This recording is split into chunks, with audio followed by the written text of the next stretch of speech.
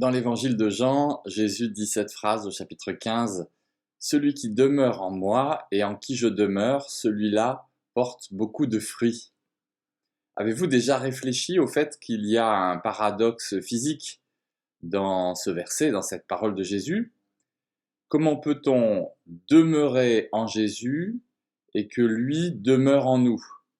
Cette inhabitation réciproque du Seigneur et de nous est un peu étrange, et je conviens que la plupart d'entre nous avons une faveur soit pour le fait de pouvoir demeurer en Christ, ou d'autres plutôt une faveur dans le fait que Christ soit en nous. Par cette phrase, Jésus reprend une idée qu'il garde souvent dans l'évangile de Jean, à savoir qu'il est totalement uni avec le Père et que nous pouvons être totalement unis avec lui, et que cet entremêlement réciproque crée la véritable communion spirituelle. Alors, est-ce que j'aurais été plutôt du côté de « je demeure en Christ » ou de « Christ demeure en moi »? Pourquoi?